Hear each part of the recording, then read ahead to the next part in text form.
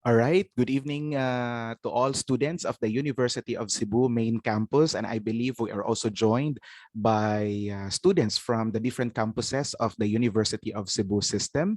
Before we commence with our discussions for this webinar, please allow me to introduce myself to all of you formally. I am Dr. Roel A. Monsanto, the Research and Cares Director of UCLM. Now, you might be wondering, why am I talking about tourism tonight, where in fact I am the my career now is focused on research and community extension? Well, the answer to that is, prior to becoming an academician, I was once a practitioner in the hospitality and tourism industry. And when Dr. Lloyd Vincent Sasil actually invited me to speak about tourism development, I immediately said yes, because I think it's a high time for me to revisit all the lessons that I have learned in the tourism and hospitality industry, as well as the good memories that came with it. No? So that's why I said yes. And for that, I would like to extend my sincerest gratitude to Dr. Lloyd Sasil for this invitation. Now, uh, as I have mentioned, we will be talking about tourism trends and development that will shape the tourism industry of Cebu, especially now that the pandemic is not yet over. We cannot call this stage, or we cannot call this phase yet a post-COVID stage or post-COVID era, because COVID is not completely eradicated yet. So we are still living with it. And so how can we continue, or how developments will continue with respect to tourism here in Cebu, especially that we noticed that tourism is actually severely affected by this pandemic. And before we formally discuss all of those trends, as early as this part of the webinar, I will now be revealing to you what are these trends, because this will also serve as our guide. Which things are we going to talk about, no, for this webinar? So there are actually 9 trends here in Cebu, no, emerging trends here in Cebu that will shape the future of the tourism industry. And these are: number 1, leisure travel; number 2, automation; number 3, mobile bookings; number 5, or number 4, I mean, personalization; number 5, sustainable tourism; number 6, transformative travel; number 7, experience tourism; number 8, solo travel; and number 9, wellness travel. Yes, ladies and gentlemen, these are the emerging trends with respect to tourism development here in Cebu. So those things are pretty exciting. And that being said, I'd like to begin the first part of this webinar, which is actually talking about the importance of tourism and how tourism is faring now that we are in the middle of a pandemic. Now, the contributions of tourism to the economic growth of a certain place or even a country are widely credited by many economic experts all across the world. Okay, many countries are indubitably banking on tourism as a major tool for economic growth and development. Now, take this for instance, Dubai. Dubai, a few decades ago, we can consider it as, a poor country, or if not, a developing country prior to the discovery of oil.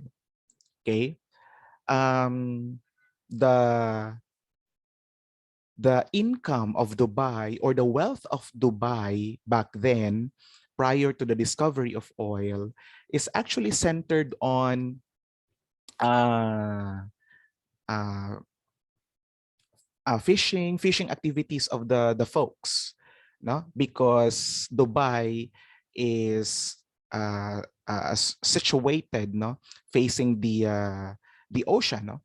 So majority of the people back then in Dubai bank on fishing activities for their as a main source of their livelihood. Now, when oil was discovered, uh, Dubai, rose uh, to the Dubai that we know today, no, thanks to the discovery of oil.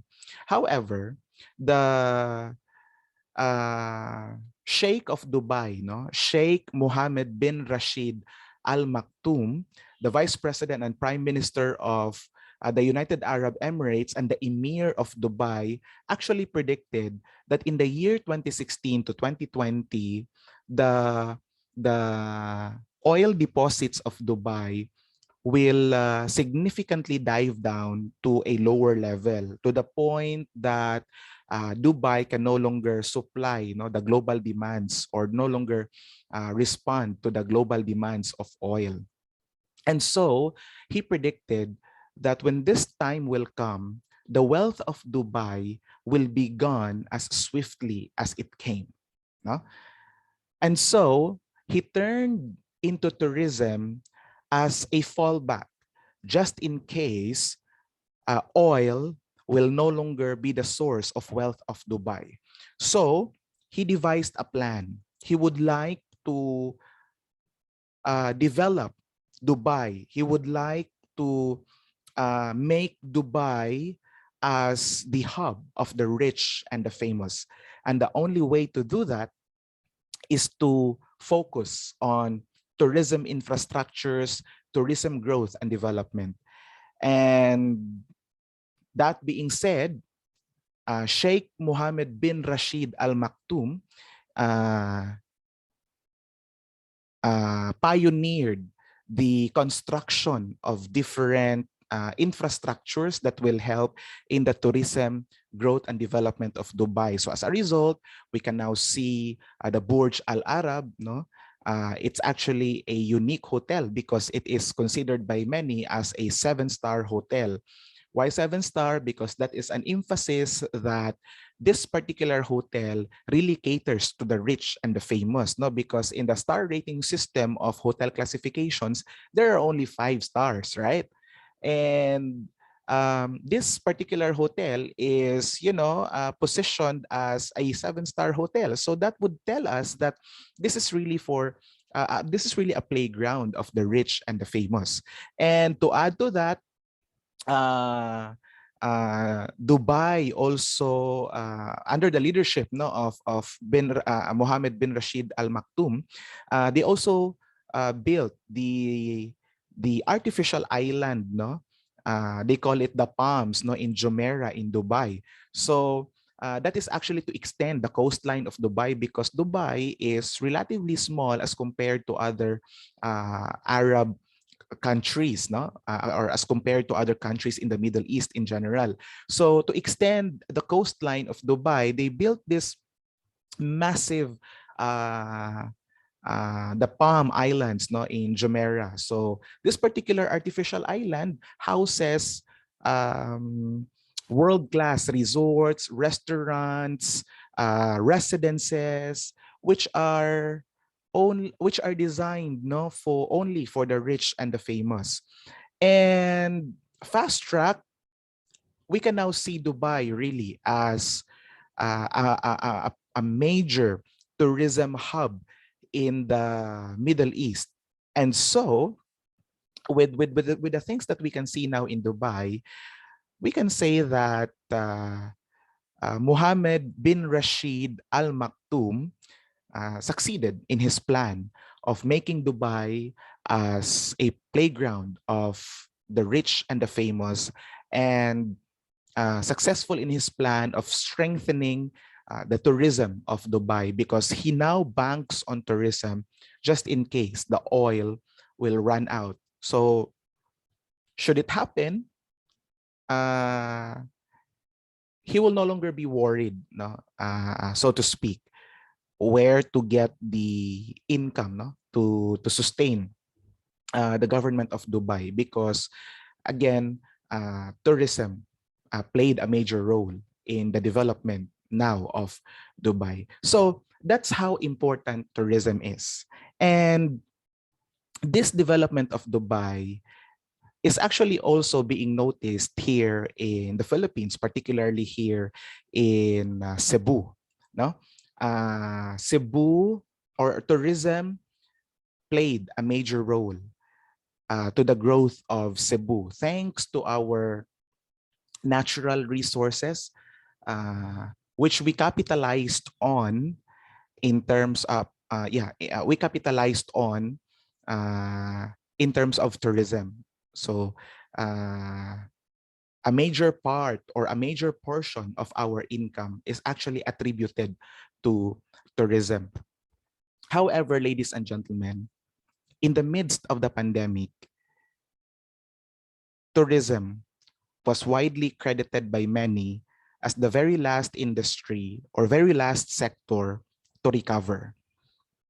As a matter of fact, at the onset of this pandemic, tourism activities, uh, tourism-related activities are actually considered as non-essential.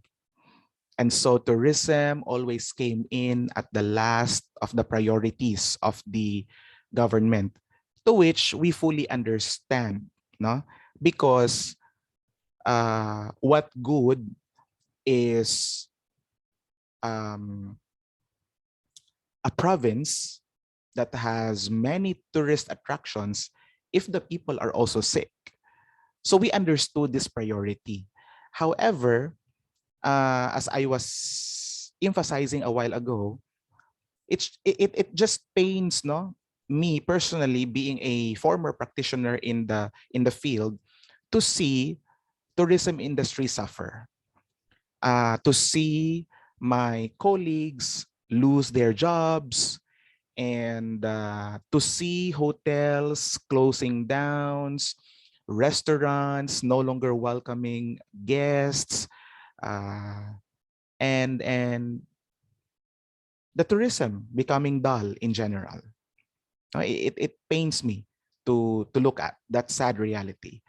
However, thanks to the brilliant minds of the people, our scientists, no, who pioneered the creation of vaccines, tourism is now slowly bouncing back. Okay, with government restrictions now easing up on, so does tourism activities slowly coming back, no? Slowly being allowed, no? Little by little being allowed in different municipalities here in Cebu. But that doesn't mean that we will go back to the things that we are used to. There will be significant changes in terms of carrying out those tourism activities. And there are emerging trends, no? Because as we move forward from this pandemic, things will never be the same.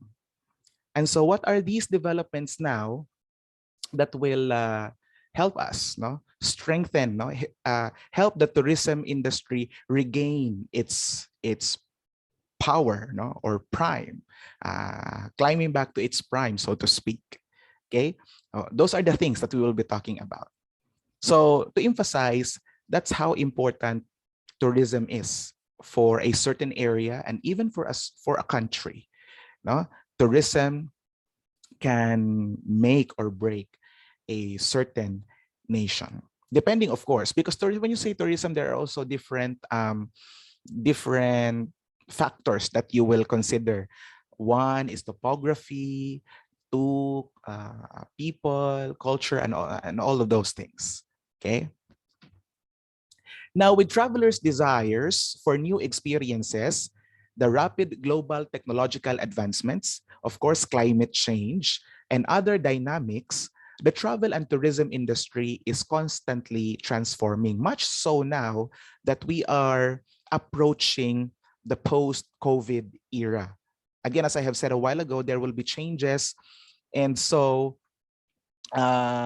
we have to adapt, no, to these changes. Okay.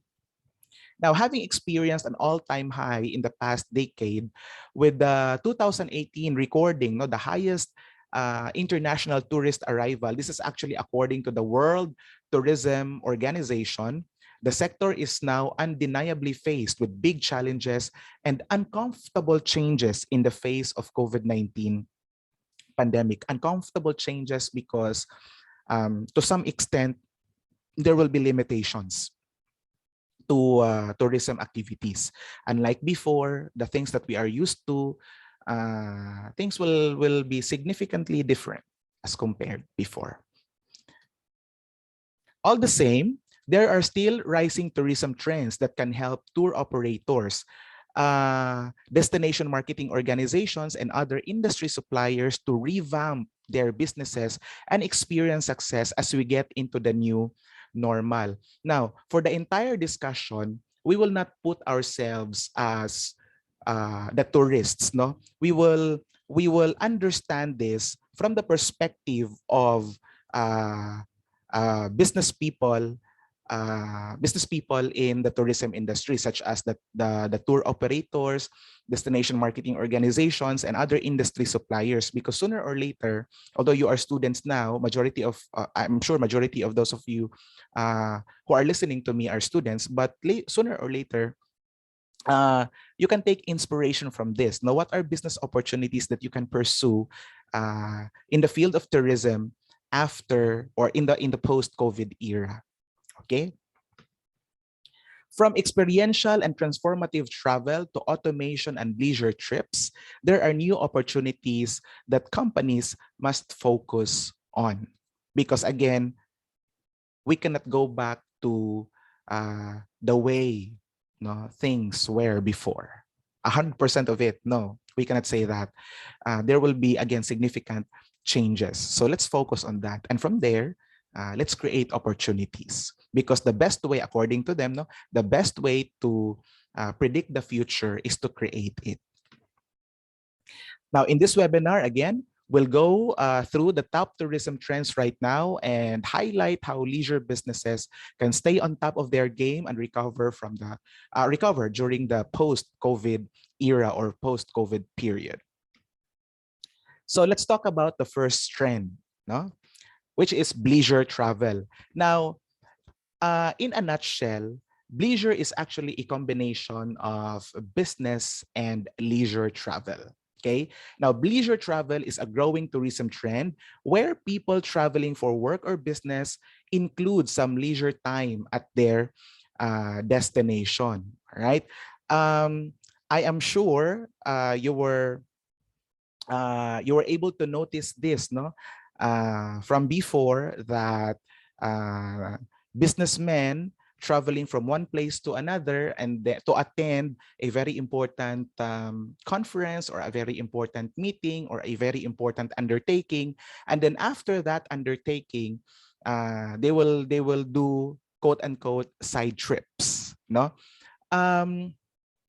Although it is actually no longer new to the tourism industry, however, during the COVID-19 pandemic, it was magnified. Leisure trips were magnified because a lot of businessmen will opt to stay longer in one area or in a place because of the travel restrictions. So there are so many requirements to comply. And so when they travel, they made it a point to really enjoy the place. So that's where I'm coming from when I say leisure travels were magnified during the COVID-19 pandemic. Now, these business leisure trips can either be pre-planned, whereby clients schedule their vacation within the same period of a job-related trip. Companies may also offer their workers some tourist experiences during work trips. All right. There is also factoring in leisure with business also became some sort of a motivation for businessmen, not only businessmen, corporate citizens. It became a sort of a motivation for corporate citizens to to travel for business because of the side activities that they can do. Now, for example, I'm sure when you were in high school, or when you were in your younger years, you were able to notice your teachers, no, attending a certain conference at a certain place, and then right after, they will do side trips. They will go to the different tourist destinations that this particular place has to offer. So that that sort of like provided them a motivation to travel, no. They do not only do, or they do not only visit a certain place for business, but they also would like to explore what this place has to offer. Okay, so in a nutshell, that's the core of a leisure travel.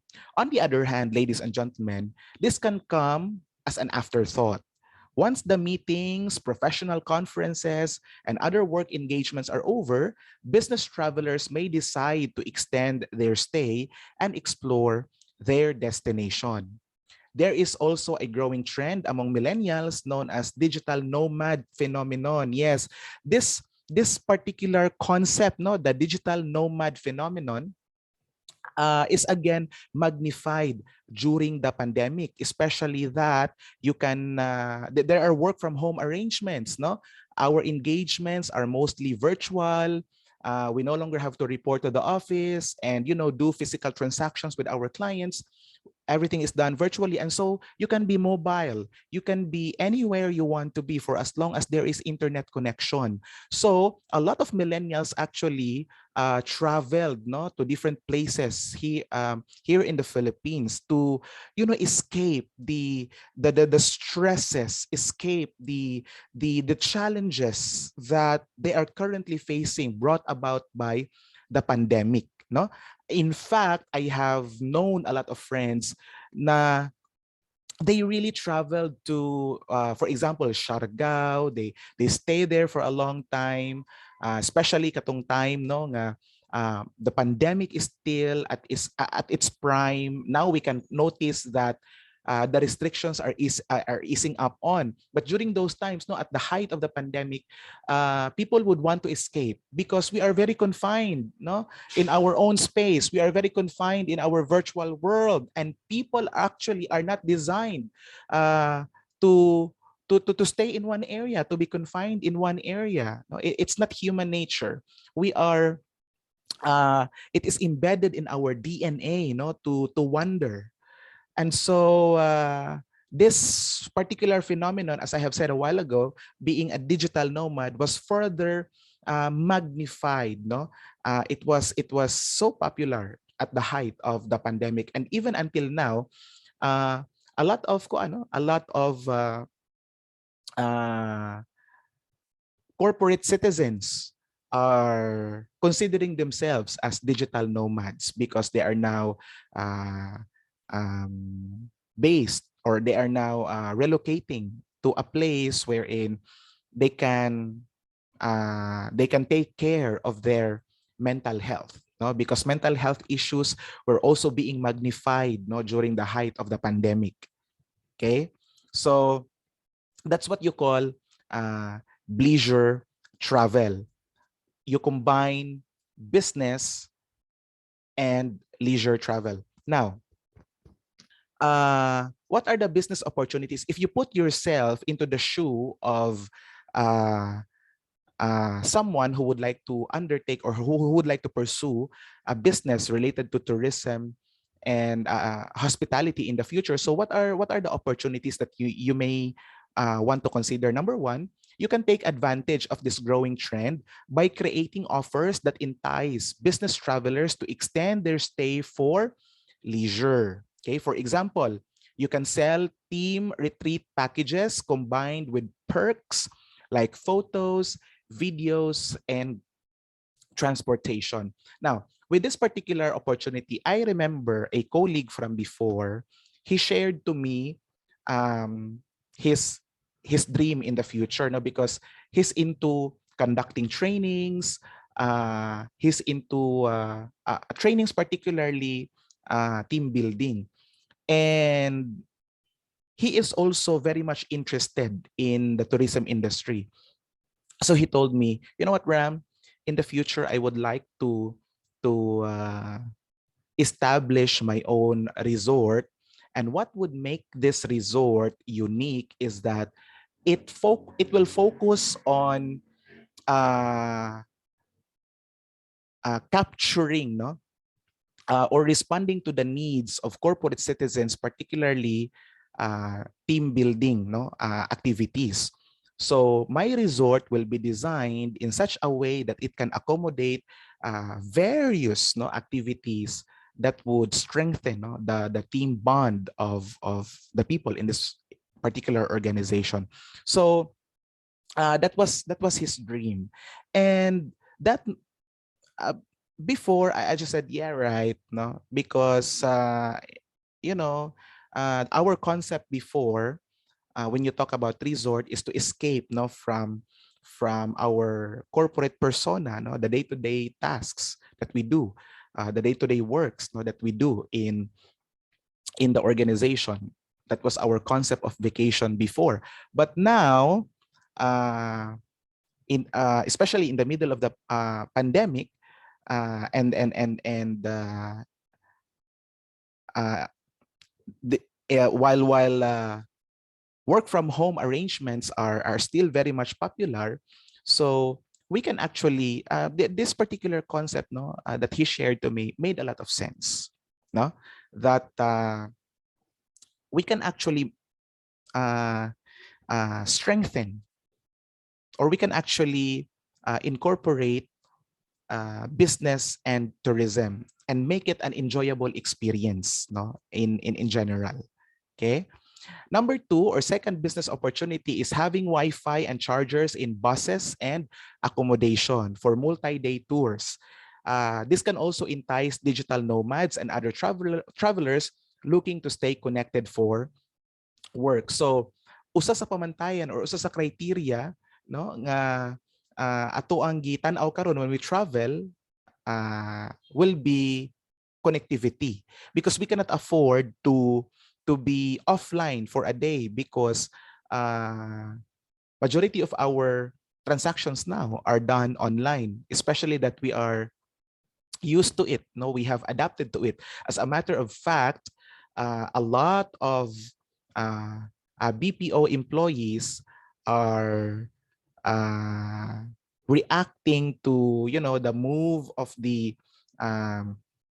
move of some BPO companies to bring back their employees to, you know, office, no, na nagyoy physical kana bang more physically mo report na gyud sila sa office. Funny thing is, naanad naman good, no, we are used to online transactions, di na hinuntag ganahan mo balik sa office. So with this mindset now of majority of corporate citizens, uh, tourism practitioners or business people who are into tourism can capitalize on this, no? So usa na ni sa criteria nga ato ang tan-awon. Before, we could easily forego with for example, a certain resort doesn't have strong Wi-Fi connection or something like that. We can easily forego with that. But because of our experience during the pandemic, as we approach the post-COVID era, that will become our top priority, you know, so to speak, when we select a resort or when we select a certain vacation place. No? So dapat naagid tay steady supply of electricity and internet connection. Right? I believe we Cebuanos, no, were able to really appreciate, no, the importance of electricity kay gikan ta, no, nasalanta ni Odette, and a lot of our areas walay power supply, no, for how many days, even weeks or months for some. And during those times, dito na to na appreciate gyud, no, ang ang mga ginagmay nga butang ba nga dili kayo nato ma-appreciate from before nga wala pa nahitabo no si Odette no. So we were able to experience this gyud di ay no ang day-to-day actuations nato no nga walay electricity, so that's how dependent we are. So these things you might want to consider once you pursue tourism business, particularly a vacation place in the future. Now, what are some of the best hotels and resorts here in Cebu for leisure travel? No, so Cebu is blessed no to be considered as a hub of different international hotels with international level of facilities that will accommodate no business travelers. Number one on the list is the Shangri-La's Mactan Resort and Spa. No, so Shangri-La is right there in the island of Mactan, and it is very famous. No, not only here in the Philippines but in Asia. Okay, because it is truly a world-class resort. Okay. What are the business and leisure facilities and services of Shangri-La, making it no as one of the best hotels or resorts for leisure travel here in Cebu? So Shangri-La has a business center. It has conference facilities. Naapod siya postal and courier service. It also offers airport transfer and car rental services. It has its own foreign exchange and gift shop. And most importantly, it has 2 meeting rooms. No? If you can recall, during the ASEAN Summit, Shangri-La's Mactan played a very important role in accommodating foreign dignitaries. No? So that's the first resort on my list for best resorts in Cebu for leisure travel. The second one is J Park Island Resort and Water Park. So same with Shangri-La, J Park is also excellent when it comes to business and leisure activities or combined activities for business and leisure. The most notable event, if I may say, recently, no, at J Park is the Miss Universe. I guess that was 2017. Yeah, 2017, no? No, was that 2017? The time of Demi, Miss Peters from South Africa? Yeah, I believe it's 2017. The preliminary show was actually, or the preliminary competition was actually held at J Park. No? So it is a business undertaking, no? Because Miss Universe is an organization, so it's a formal gathering, and there are also side trips along the way, no? That they showcased Cebu's best, no? Or what Cebu has to offer. That's just one example. So many conferences, international at that, no, happened in J Park already, and I also have a lot of friends who are working in J Park, and mo gid na ang common trend yun labi nagnaay mag conference, no, let's say mga pharmaceutical companies after the event or after the conference, mag side trip gyud na, no, and part na gyud na sa mga packages nga ilang gi-offer, no, nga naa sila yung mga tours to this particular area upon the request of course of the guests. Okay, so that's second on my list. Another hotel that made it, no, to the list of best hotels or resorts in Cebu for leisure travel is Radisson Blu Cebu. No, so Radisson has a business center. It has conference facilities, meeting rooms, airport transfer, and car rental services. The ballrooms or the function rooms of Radisson is also big enough to accommodate up to 800 guests. No, ang ilahang grand ballroom can accommodate up to 800 guests. Okay, making it a top choice, no, for leisure travel or for business conferences, right? So that's Radisson Blu. Another on the list is, of course, no, the Waterfront Cebu City Hotel and Casino. Most of the major concerts of different local and international artists or celebrities happened in water park. I mean, in waterfront, primarily because it has a huge ballroom that can accommodate up to more than 1,000. No? So if the setup is classroom type, no? So um, making it again, no, as one of the top choices of guests for leisure travel. So Waterfront Cebu City Hotel and Casino features the following. No, it has a grand ballroom, it has numerous conference facilities, it has meeting rooms, airport transfers and car rental services, and of course, a business center. Right. So those are the trends, no?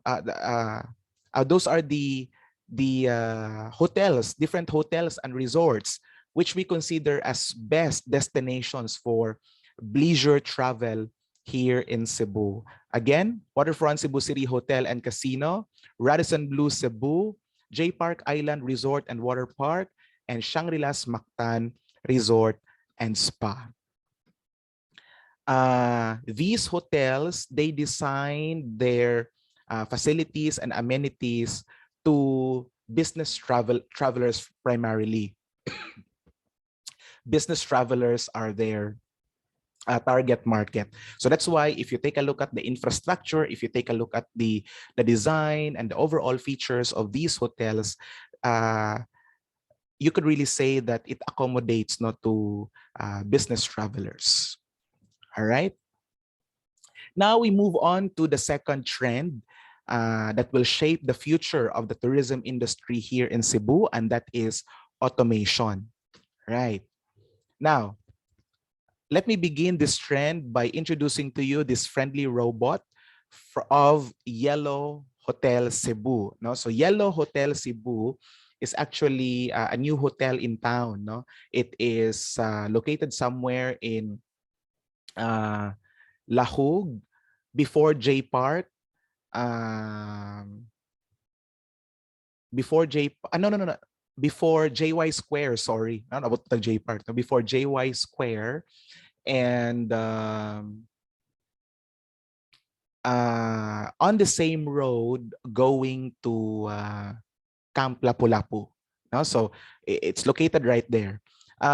It's the first in Cebu to feature a robot, no? And this robot can do a lot of things, no? It can interact with guests. It can answer basic inquiries about the hotel and stuff like that. No, so this is the first in Cebu. No, so to discuss, gone are the days when booking a trip required clients to make a phone call, speak directly to a service provider, or walk into the supplier's office for face-to-face recognition. So now we can do online transactions. Okay, digitization has led to a rise of in online bookings. Not only has this made advertising cheaper for travel companies, but also customers are enjoying and increasingly prefer the convenience that it offers. Right? Tour and activities companies have also progressively adopted technology and online booking. As a matter of fact, in 2019, 71% of operators surveyed were using reservation technology in their businesses, a marked increase from just 25 in 2010.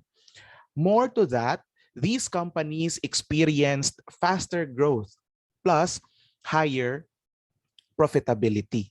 Okay, so because it now becomes less hassle for the guests, no, to book a room or to book a seat for a restaurant. So everything is just within, a press of a thumb. Okay, thanks to the technology. So digitization is the first step, no? Later on, it progressed to a more complex technology as such, introducing robots in the operations. No? So that's why we have here, no, this friendly robot of Yellow Hotel Cebu. This is again the first in Cebu. You cannot find this in five-star hotels, no, in Mactan, like Shangri-La, J Park, Crimson, Plantation. They do not have this, no, only in Yellow Hotel. Okay. Another feature of this new hotel in town is the mechanized parking spaces. No, so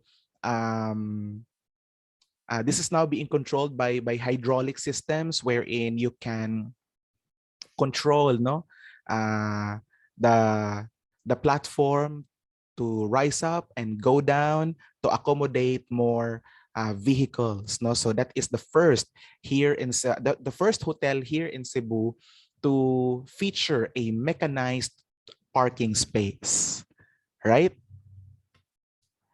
And of course, in relation to automation, chatbots also became popular.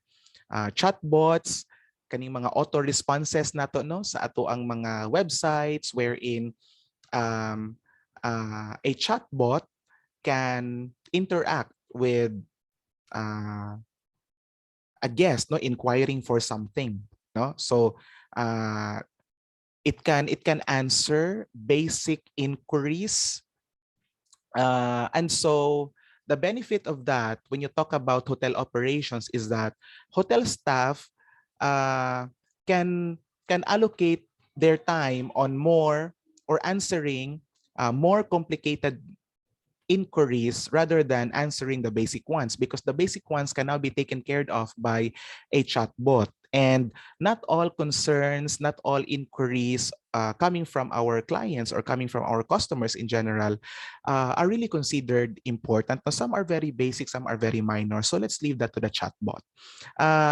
Chatbots are great help, no, in the operations, because you no longer have to hire so many people in the front desk or in your sales and marketing team, because again the chatbot can accommodate, no, basic inquiries. So that's another trend for in terms of automation, no, the introduction of chatbots. And then of course you have seen this in a lot of fast food chain. No, not really a lot. I can name two, no, McDonald's and Jollibee. But for this particular webinar, I have featured Jollibee, no. So this is another trend, no, in terms of automation in the tourism industry, the automated order kiosks, no. So wherein you can input your orders in advance, so that when you reach the counter, all you have to do is to pay after the cashier reviews your orders. No, so you no longer have to take a lot of time staring at the menu and deciding what to eat, because you have you did it already, no, in the automated order kiosks, right? And then another is another trend, no, when you talk about automation is this one, no, the Kaiten Ramen and Sushi House. This is actually Cebu's first and only sushi conveyor belt restaurant. Yes, no, so uh, of course inspired by Japanese restaurant, or inspired by restaurants in Japan, no, katong naa sila yung mga conveyor belts, no, so you can just order and then wait for your food to be delivered, no, sa imuhang table through a conveyor belt, no. So delivering of food orders now become efficient, because you no longer have to require a lot of manpower for this, and then accidents can be minimized, no, kanang mga tagak ng mga orders, mga yabong ng mga orders, because these conveyor belts will just, you know, pass through right in front of you, no? So this is again, no, a very good development in terms of tourism here in Cebu. So we have the Kaiten Ramen and Sushi House, no, Cebu's first and only sushi conveyor belt restaurant. All right, so those are the things, no? Those are the updates in terms of automation in the field of tourism and hospitality. Now, let's talk about another trend, which is mobile bookings. No? So this is pretty much related to automation. Okay. Now, another important aspect when it comes to digitization is mobile bookings. Operators report that 2 in 5 online bookings are made on mobile devices. No? So you no longer have to stand in line, no, and go to the hotel or go to the airline wherein you can book the ticket. All of these tasks can be done at the comfort of your own home, and uh, by just following easy steps. Okay, these smartphone shoppers are also more valuable to your business in the future because of the following reasons. Number one, they spend 50% more on tours and activities per trip. Number two, they average 2.9 tours per trip, and they are twice as likely to leave online reviews, which would actually help boost your business, the tourism business in the future. So there are a lot of mobile apps that are downloadable, no? Today, like the Cebu Pacific mobile app. If you want to book a flight, I think PAL also has its own app. Agoda, if you want to look for cheap resorts or hotels, no, you can search for that through Agoda. And of course, the TripAdvisor, plan and book trips. So you can create now your itineraries, no, in this particular app. So these are just some of the apps that you can download to help you in efficiently managing the tasks related to your next, no, adventure. Kay, planning an adventure or planning an escapade can sometimes be so tiring, can sometimes take a lot of our time because you have to go and physically, acquire those tickets. But now you can again conveniently do that at the comfort of your own home. So that's a welcome development, a very good development at that. So um, mobile booking, no, is actually a sequel to automation in the uh, tourism industry. So now let's talk about another trend, which is personalization.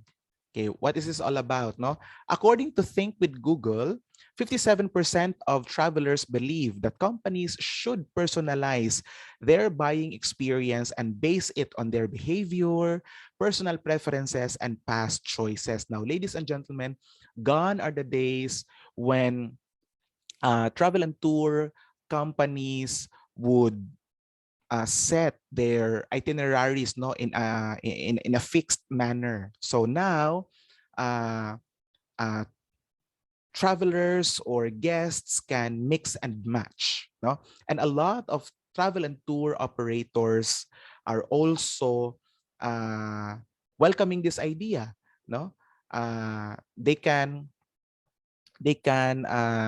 customize uh, travel and tours, no, travel and tour requests coming from the guests. No, personalization is also very important when it comes to the actual tour activity. By offering flexible experiences that can be tailored to a traveler's needs, you can stand a chance of better satisfying your clients, and that can lead to repeat visits. Your priority should therefore be on offering customer-oriented services. Now, majority of uh,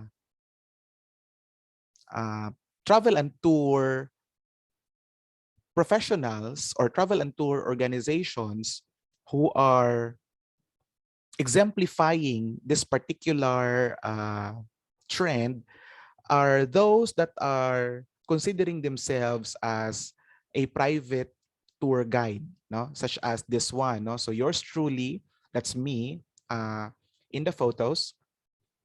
Uh, these are some of the pictures that I took the time that I served as a private tour guide, no, for a couple coming from Manila. No? So yes, I also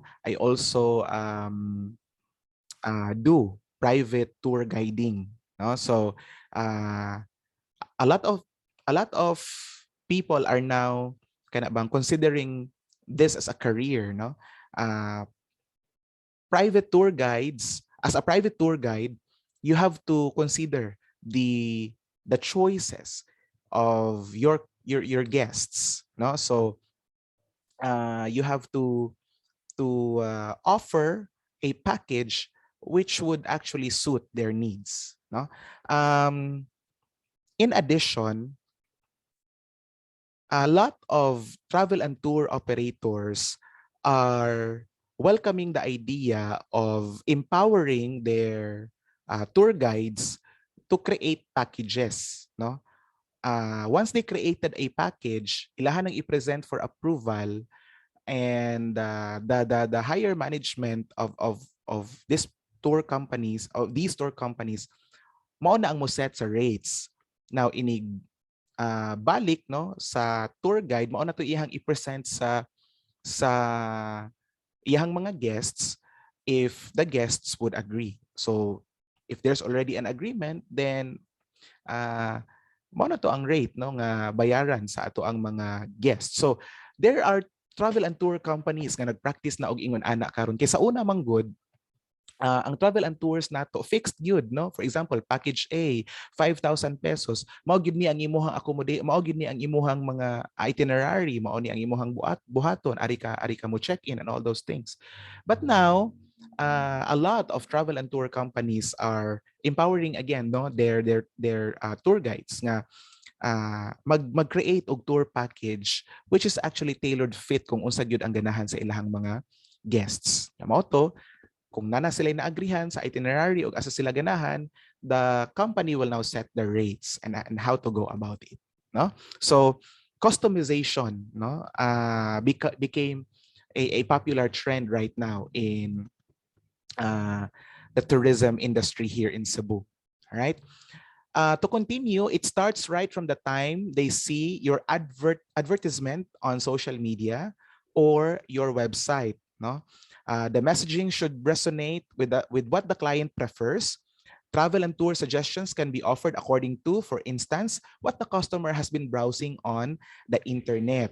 This is possible to set up using specialized marketing tools and ad platforms like Google and Facebook. No, so if you notice, kung naa kay i-search sa Facebook or kung naa kay i-search baron sa Google about a certain thing, magsige na nagbalik offerings, no, products related to what you are searching, magsige na naog balik-balik, no, sa imuhang news feed.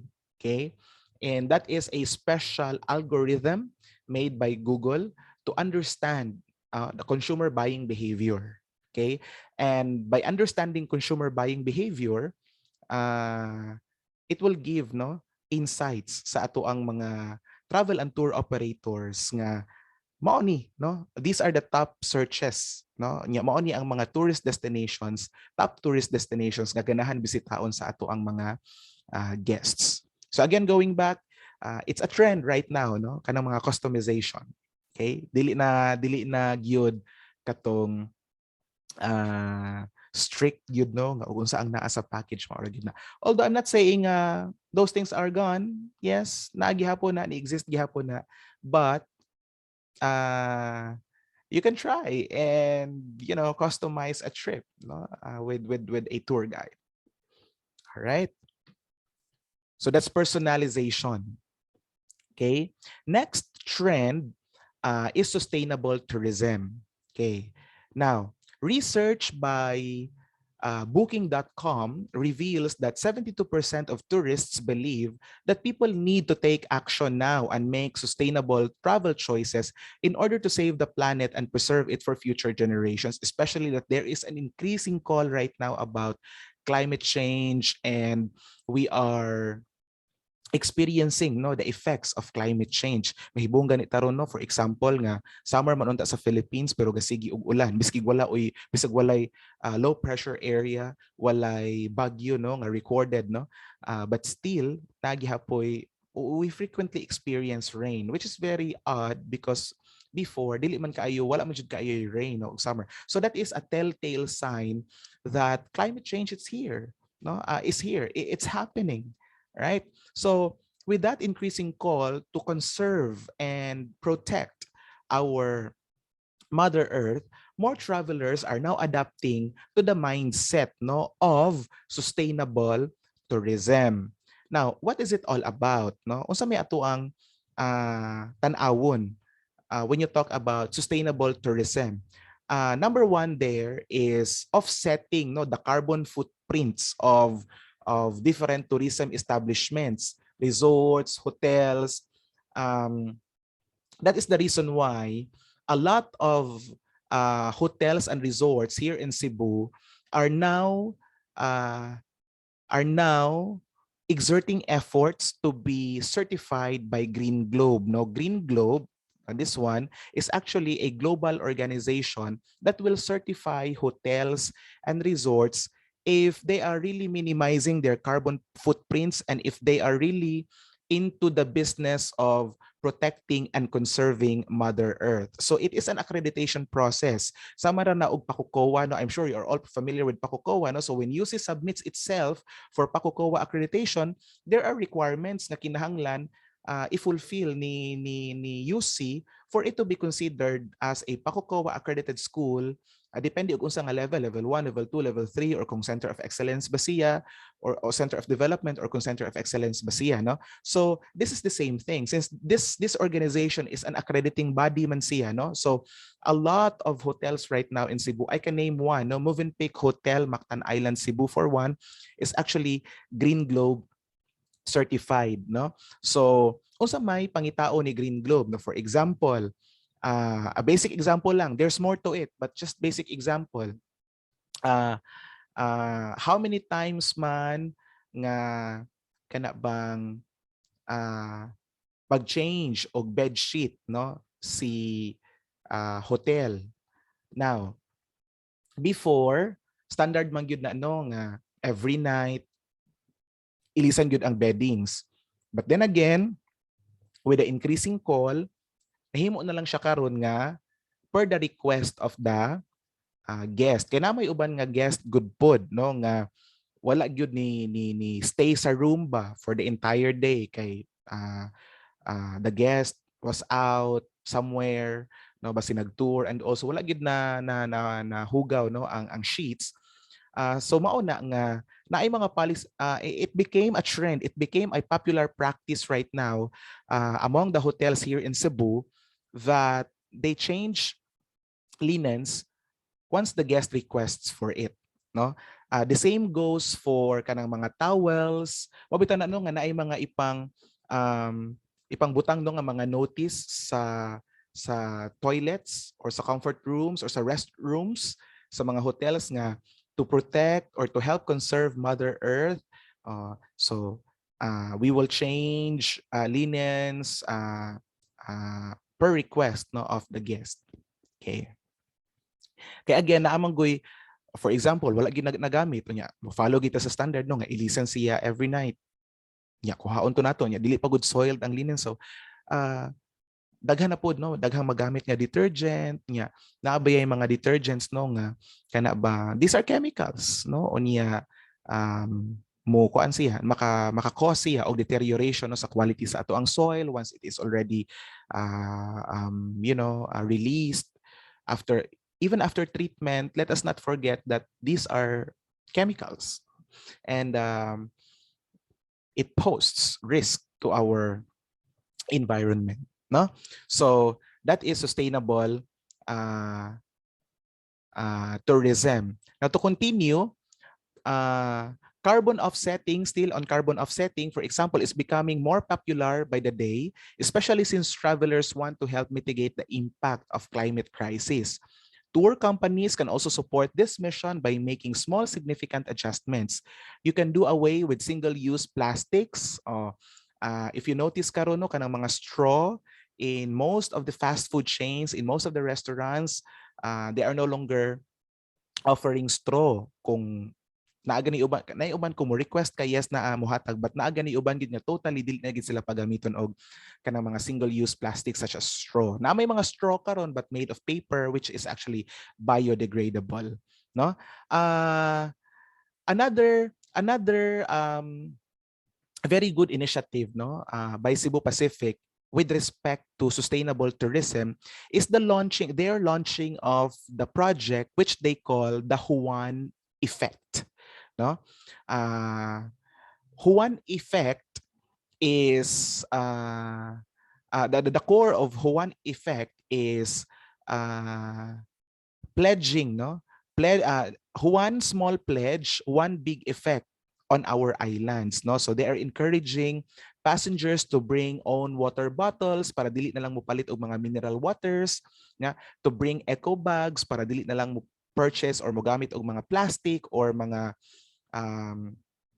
paper containers, and of course throwing the trash, no, properly. So this is a program, no, again spearheaded by Cebu Pacific, which they are implementing it, no, sa ilahang mga passengers, and the program is successful so far.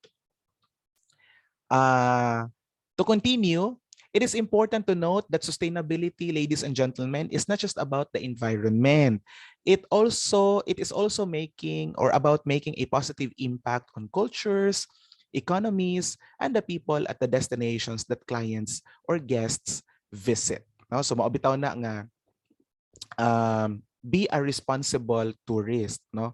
Kana bang we respect, no, the culture, we celebrate cultures of different places that we visit. We follow their customs and traditions, we respect their customs and traditions, and more importantly, dili ta magkalat, no, sa ato ang mga places nga i-visit. Okay? In the face of COVID-19 pandemic, sustainable tourism is most likely going to grow. If you play your part in upholding sustainability, you can earn the trust and the loyalty of generations of travelers who are spearheading this trend. Okay? Naaga ni mga tour activities karon, no, that would include tree planting. When we had our vacation in Palawan, no, pre-pandemic, we joined an activity, no. It's really part of the package, tour package, no, nga naa siya tree mangrove, no, mangrove planting, no, activity. Yeah, after na mo plant itong mga mangroves, the tour guide brought us to a place katong naay mga worms, katong gitawag nila tamilok, no. So it's a kind of worm nga makaon siya, no. You just put vinegar and other spices on it. Yeah, you can eat it like an oyster. So activities like that, no, activities that would promote environmental protection and conservation are now being integrated in the activities of the tourists, no. So that's a welcome development also. And then another trend in the tourism landscape here in Cebu is transformative travel. So what do you mean by transformative travel? No? This is a new tourism trend that's quickly gaining popularity. Transformative travel is about not just traveling for leisure, but also aiming to make a difference in both the lives of others and oneself. So mora ba og philanthropy combined with travel, no? Volunteering trips are an example of the experiences that have gained popularity from this trend. Travelers vacation and also set aside time to volunteer at their travel destinations. No, for example, kaning tablia making. No, when you go to Argao, there are several travel agencies nga nag-offer anino nga kuan gi-part nila sa ilahang tour package nga you will really experience tablia making, no? So this is one way of conserving um, uh, culture. And why is it becoming, or why is it considered a part of transformative travel? Because you are allowing yourself, Manggod, in transformative travel, Manggod, you are allowing yourself ba to discover something new, discover a new passion, discover a new interest. And in so doing, transformative travel also allows you to help people in the community, no? Kana bang matong ingon no, philanthropy or charity works combined with uh, traveling, no? So you are helping at the same time you are enjoying by traveling. Okay, another example is the underwater coastal cleanup in Shangri-La's Mactan, no? So uh, you are kind of enjoying your vacation, and at the same time you are contributing, no, to conserving nature. When it comes to making a difference in their own lives, clients can opt to go for wellness holidays where they retreat and join a yoga class, relax at a nature field destination, or attend no some apprenticeship classes to learn a new skill o sama aning tablia making in Argao, or nature field destination, no, or nature field activity. At the same time nitabang ka sa environment sama aning underwater coastal cleanup. Okay, now because of this trend, there is also a notable change in the traveler's diet. Instead of indulging in unhealthy meals, those who join the organic food movement prefer places that offer highly nutritious and organic foods. Okay, one of the main aims of transformative travel is to be involved in something that is significant and adds purpose to the trip.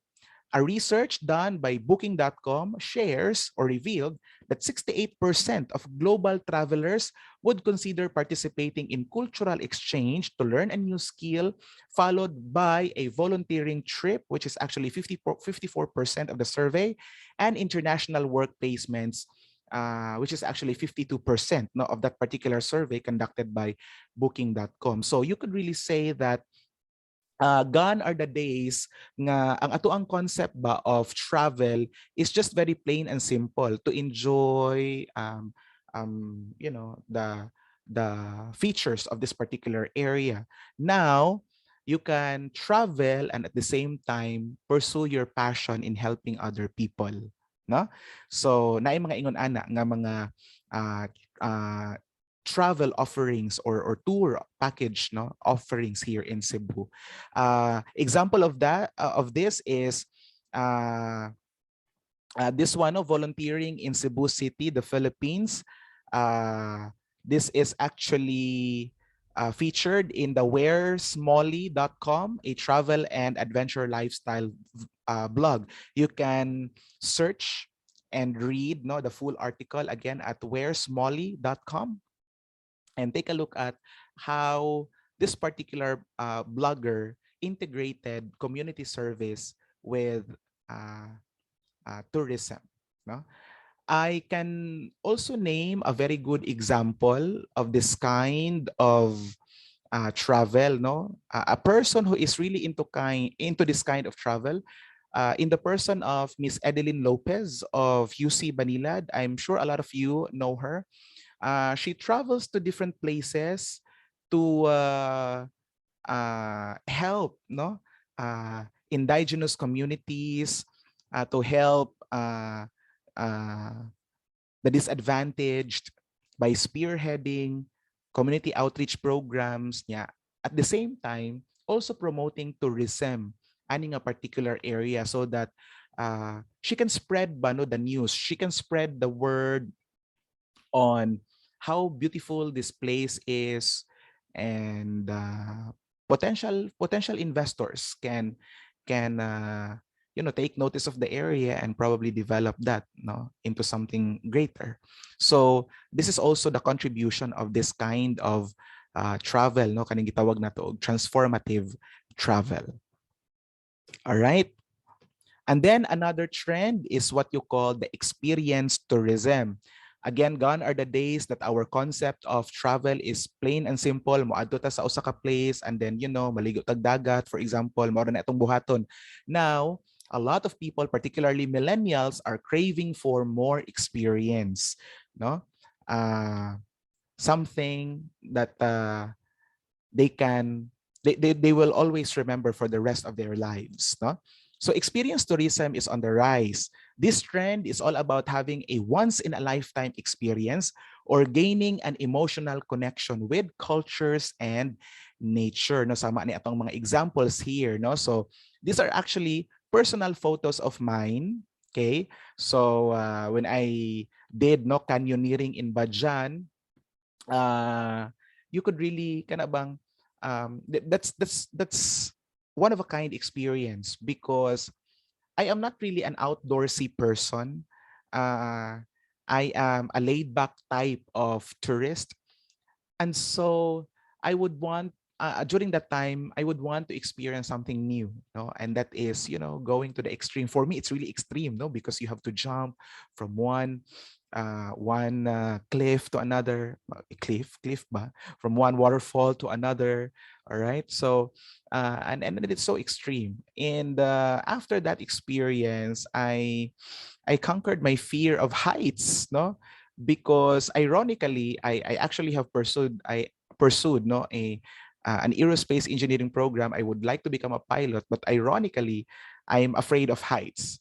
So one way of conquering that is, doing the canyoneering. Okay. And then whale shark watching also in Oslo. So that's an example of experience tourism.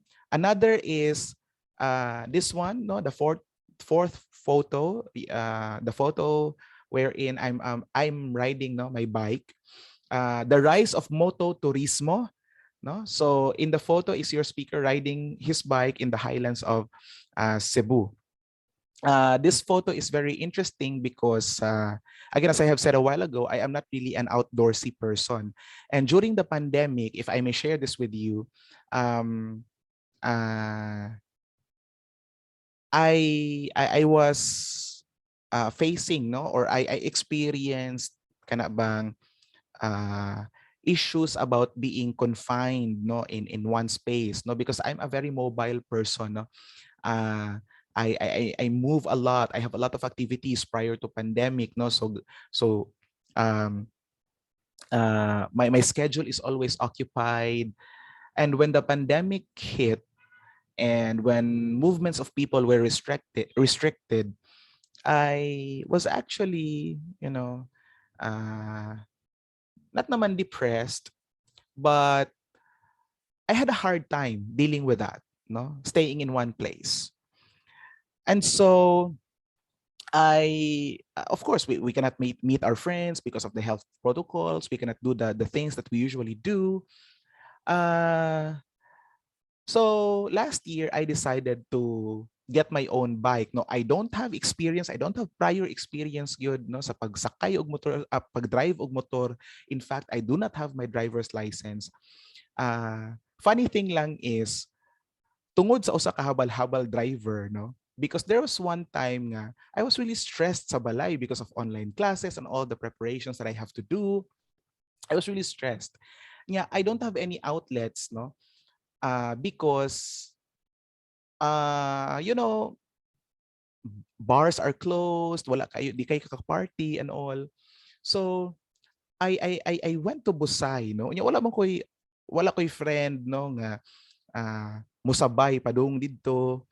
uh, Another, I do not know how to drive, no, a motorbike. So nisakay kog habal-habal, no. I hired, no, a habal-habal to bring me to Busay, no, Upper Busay. And while I was riding on the bike, dito nakita na experience gid nako, no, ang kana bang nindot man gyud ay ni ang mag-rides ba, mao di ay nga daghan kaayo gyud ang maintays. For example, every Sunday nga musaka sa Busay, mag-rides dito, because it's really therapeutic, the breeze, the fresh air, and it calmed my senses, no, it helped me. And After that, I said to myself, I would really learn how to drive a motorbike. So to cut the long story short, I processed my license. I enrolled in a driving school. I processed my license. Okay, you cannot purchase man a motorcycle if you don't have the license. So that's the first thing that I did.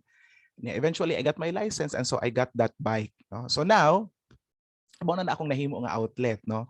Kung naay time, like on the weekends, kung wala lay klase, because I'm also teaching in the graduate school, kung wala klase, I go bike, I go, no, with my friends. Na naman sa new set of friends. The beauty about, you know, getting a bike, na member po ko og usa ka group, no, motorcycle enthusiast group.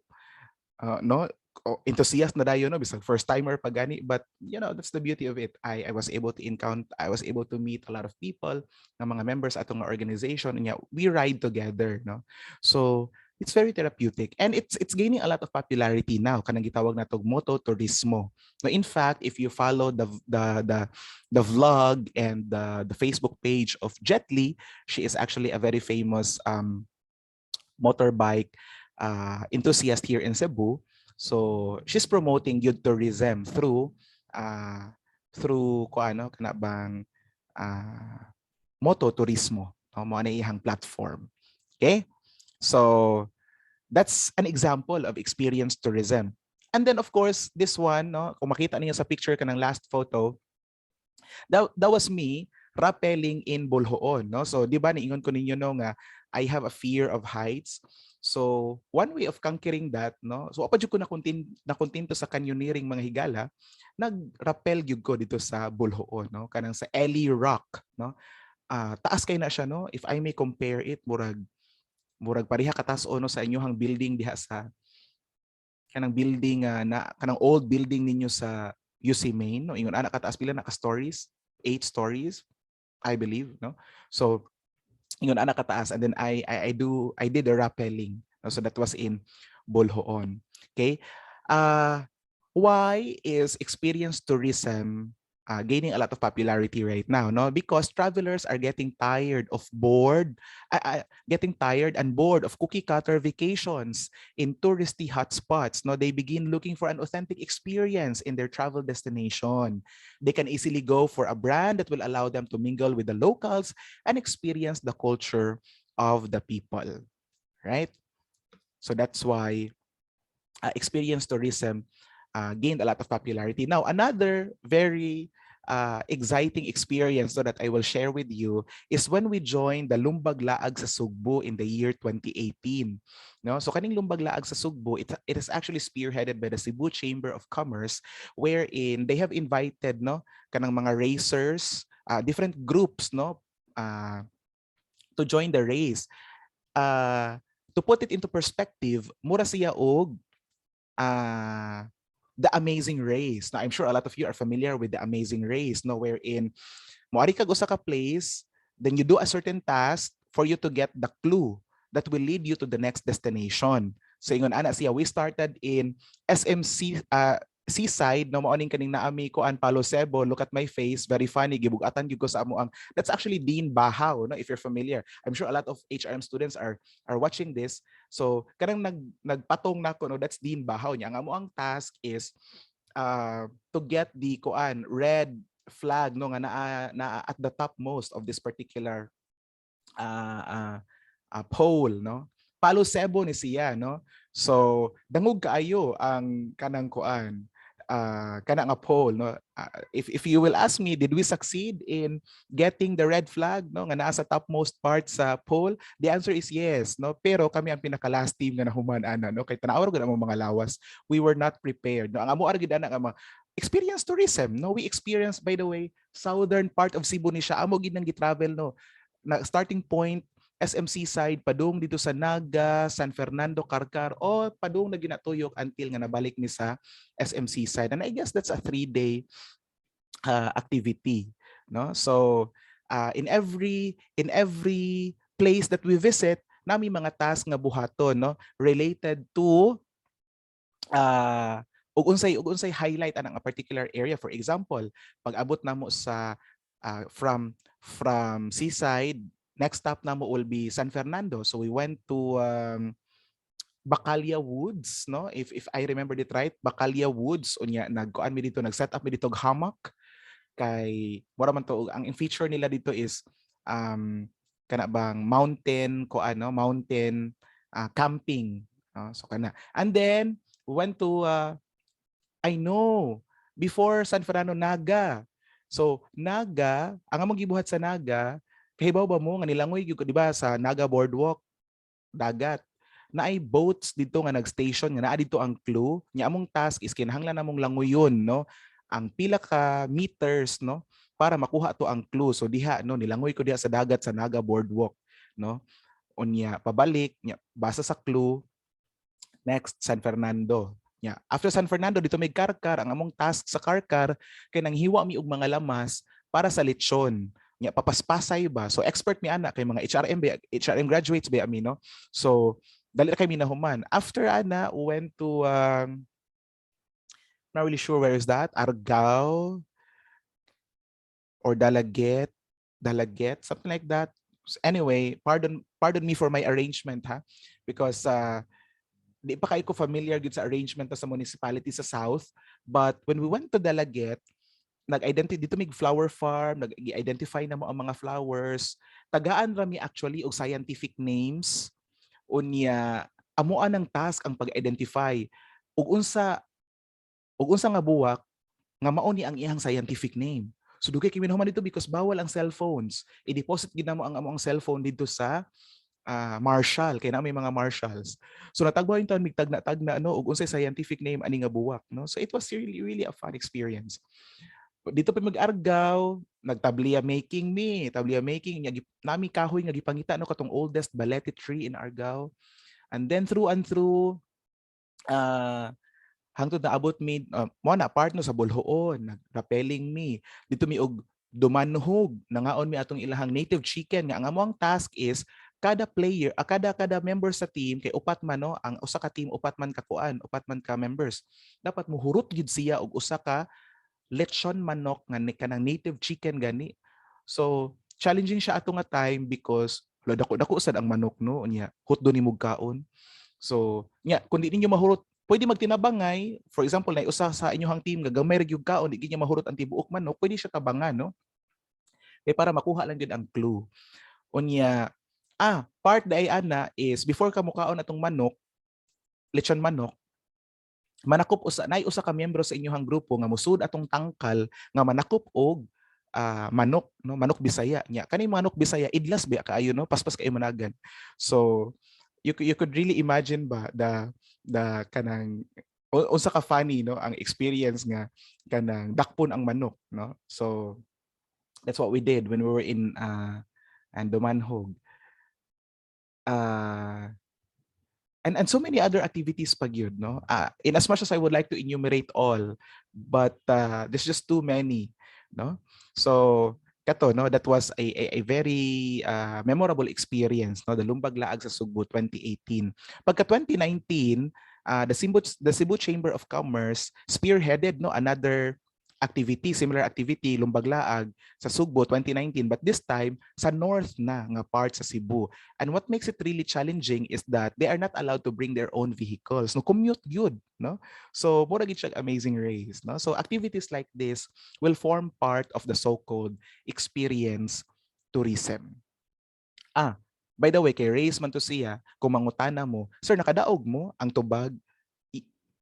Not really daog, but we emerged as the first finisher. Pero di man but pasabot nga ikaw ang first finisher, ikaw ang daog. Kay computon man na ang time nga na-allocate good no sa mga tasks nga inyong gibuhat. Kisa tong grupo nga pinaka mubo og oras no nga nabuhat niya ang mga tasks, sila to ang ma-declare nga winner. Kami sayo lang minahuman. Pero pag compute sa among minutes, sus Ginoo ko no.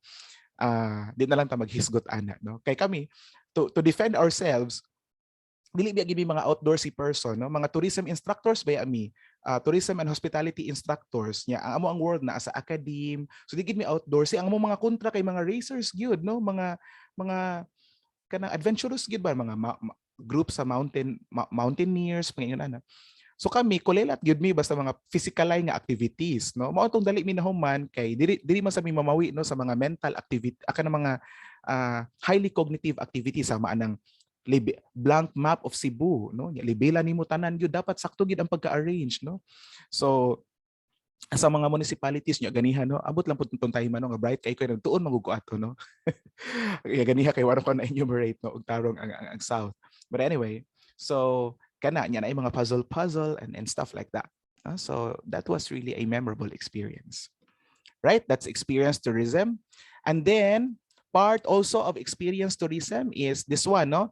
The most popular or one of the most popular experiences is food sampling. Oh, no. So food tourism enables travelers to enjoy different local cuisines, maybe even learn how to cook some of the recipes and interact with the people's traditions in the process. No? So what are some of the famous no foods that we have here in Cebu, no? So we have the karkar lechon. So that's me together with my two other friends holding a lechon from karkar, and then the tinap-anan sa Danau, torta sa Argao, and danggit of course sa Cebu.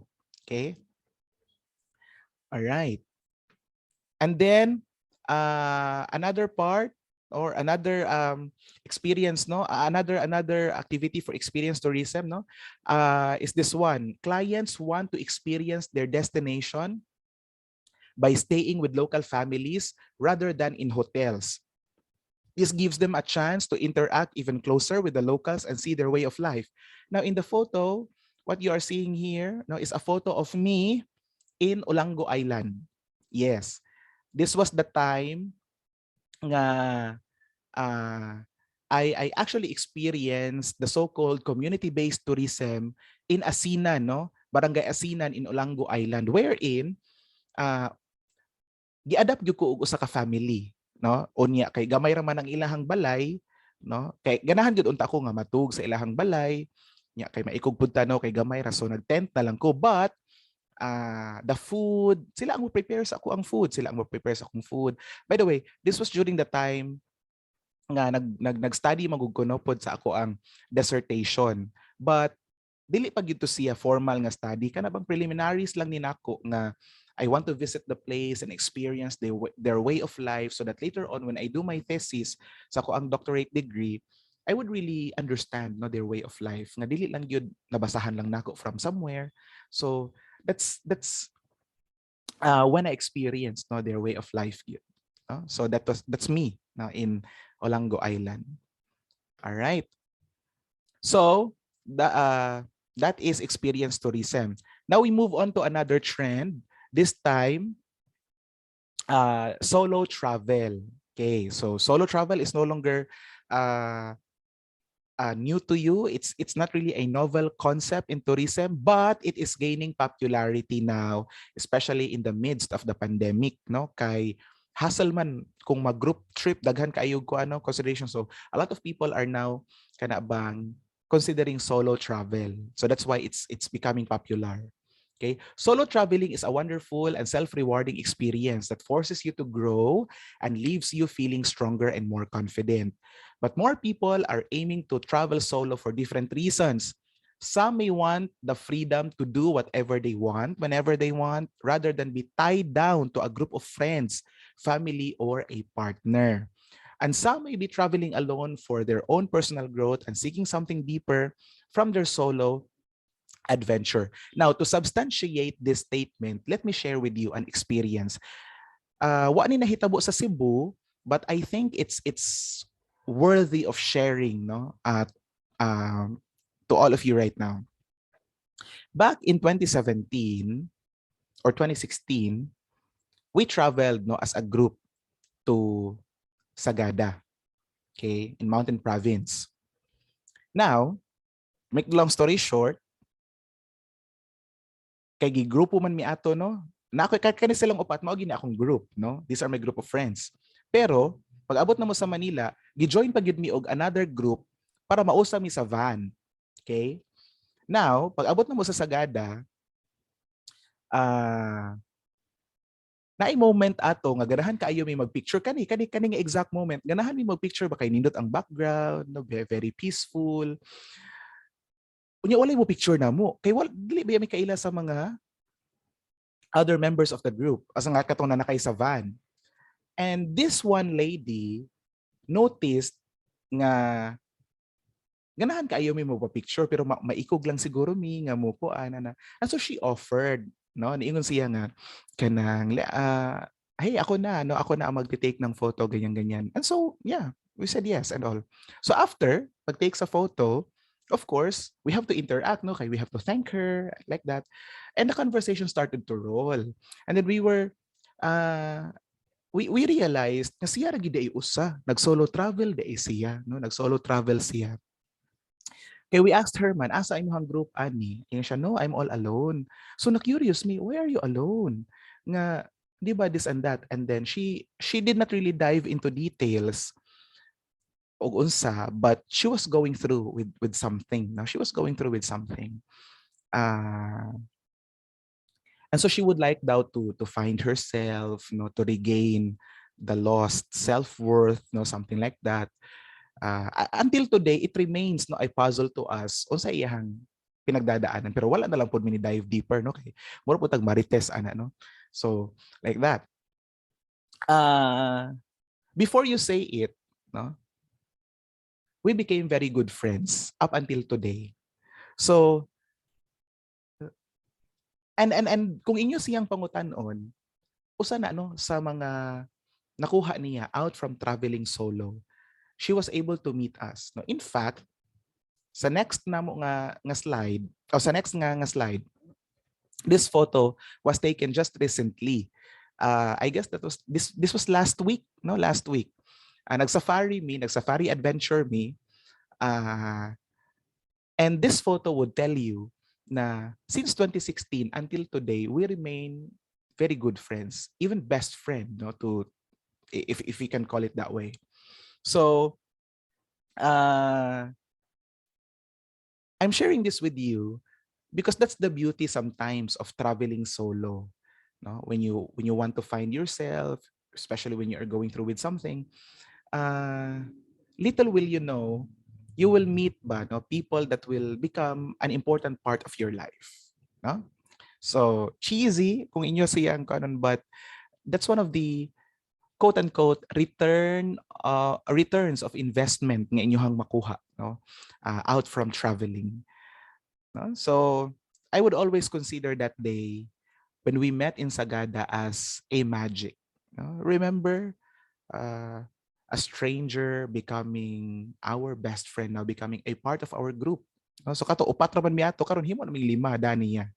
No? So and after that 2017, 2018, every year, almost every month, naagid siya diri sa Cebu. Moarigid siya sa Cebu because she was attached to us. No? According niya, we helped her move on sa katong iyang pinagdadaanan. All right? So that is experience tourism. I mean solo travel. Okay? Now we move on to another trend, the last of the 9 trends, which is actually wellness travel. Okay, what is it all about? No, so these are travelers looking for an enriching experience with the primary purpose of achieving, promoting, or maintaining the best health and sense of well-being and balance in life. No, but don't think about wellness travel as only limited to resorts and spas. Okay, kung yung mutag wellness, no, resort and spa gidayon. No, wellness can sometimes be pertaining to your mental health. No.